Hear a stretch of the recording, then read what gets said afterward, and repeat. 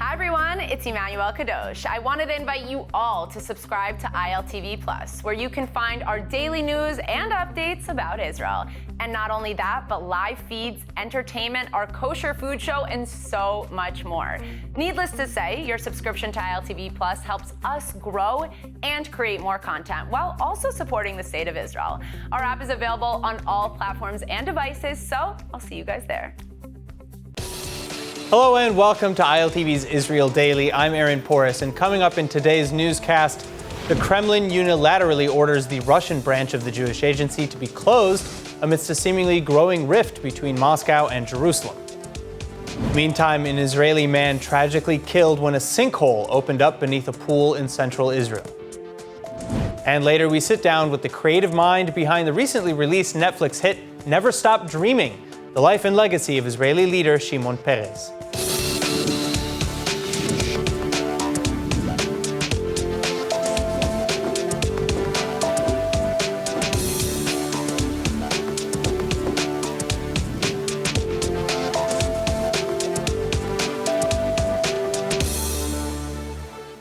At least 4 Palestinian militants killed and some 9 more injured early Sunday morning during clashes with IDF troops in the West Bank cities of Shechem, aka Nablus, and near Jenin.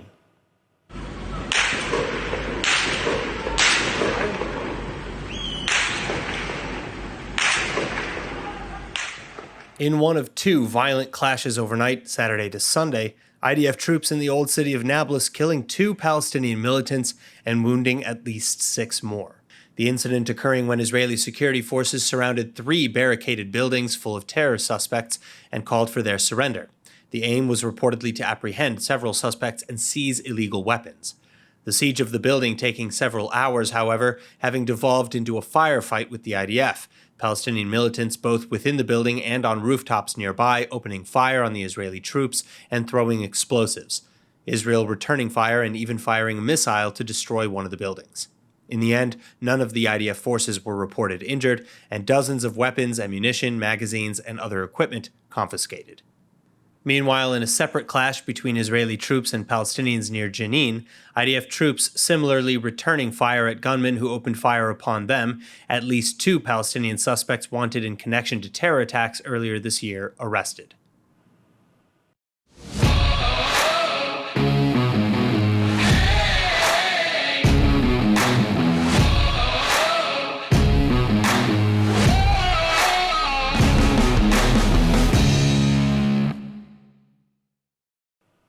Now, in a shocking decision, Moscow's Ministry of Justice unilaterally liquidating the Russian branch of the Jewish Agency, a nonprofit organization that promotes Israel diaspora relations and Jewish immigration to Israel.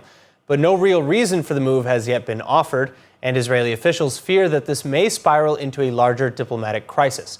Joining me to discuss is former Deputy National Security Advisor in Israel, Professor Chuck Freilich.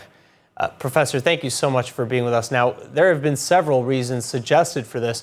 A supposed brain drain of skilled Russian Jews leaving to Israel, the Jewish agency allegedly collecting data on Russian citizens, and Russian conflict with Israel over divergent interests in Ukraine and Syria. What do you think? Well, there may be some truth to all of that. The Russians are sensitive to this, and the Jewish emigration and brain drain is part of a broader one that they've experienced, especially since the war broke out. I think that this is primarily a warning to Israel in the sense that the Russians have not really been happy with Israel's response to the war in Ukraine from the beginning. But the first few months, Israel appeared to be relatively balanced in its approach. Now, Prime Minister Lapid has taken over, and he was the one who was more critical as foreign minister. He came out with some pretty strong statements. And while President Biden was here in Israel, the declaration that was signed also added some language that I'm sure the Russians didn't want.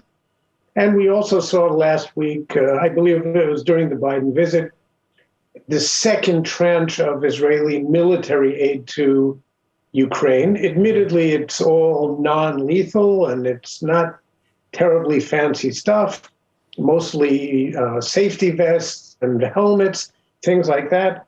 But I think the Russians are trying to send us a message no further than that. All right, well, Israel is sending a delegation to Russia to try and appeal this decision. What do you think will come of that? Unfortunately, probably not much. I hope I'm wrong about that. In the past, President Putin has demonstrated some willingness to take Israel's concerns into account on various issues. For example, Israel's purported attacks in Syria. I'm not sure. I mean, his back is up against the wall at the moment. Okay, he's fighting a losing war, and I'm not sure that we'll encounter that kind of understanding this time. Well, do you think the change in Israel's government from Bennett to Lapid has any bearing on Russia-Israel ties? Well, I said that I think the Russians are probably trying to send a message to Prime Minister Lapid. You, Prime Minister Lapid, made some strong pro-Ukrainian, anti-Russian statements as foreign minister. Don't do it now as prime minister, and don't go beyond those statements. The war is at a critical stage from the Russian perspective. They see Israel moving closer to open and practical support for Ukraine, and they obviously don't want that. Now, I think from our point of view, we have to be very, very careful here, because there is no doubt, there's absolutely no doubt whose side we're on in the end here. But at the same time, Israel has nothing less than critical interests at stake. First and foremost, our freedom of overflight in Syria, right, which is critical to preventing Syria from further establishing their military presence, preventing Iran from further establishing their military presence in Syria, from transferring extremely sophisticated, potentially game-changing weapons to Hezbollah. Russia can play a very destructive or harmful role in the negotiations with Iran about a nuclear deal, yes or no.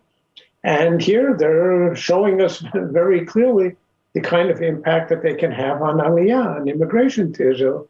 And in the final analysis, that's what we're all about. That's what Israel's here for.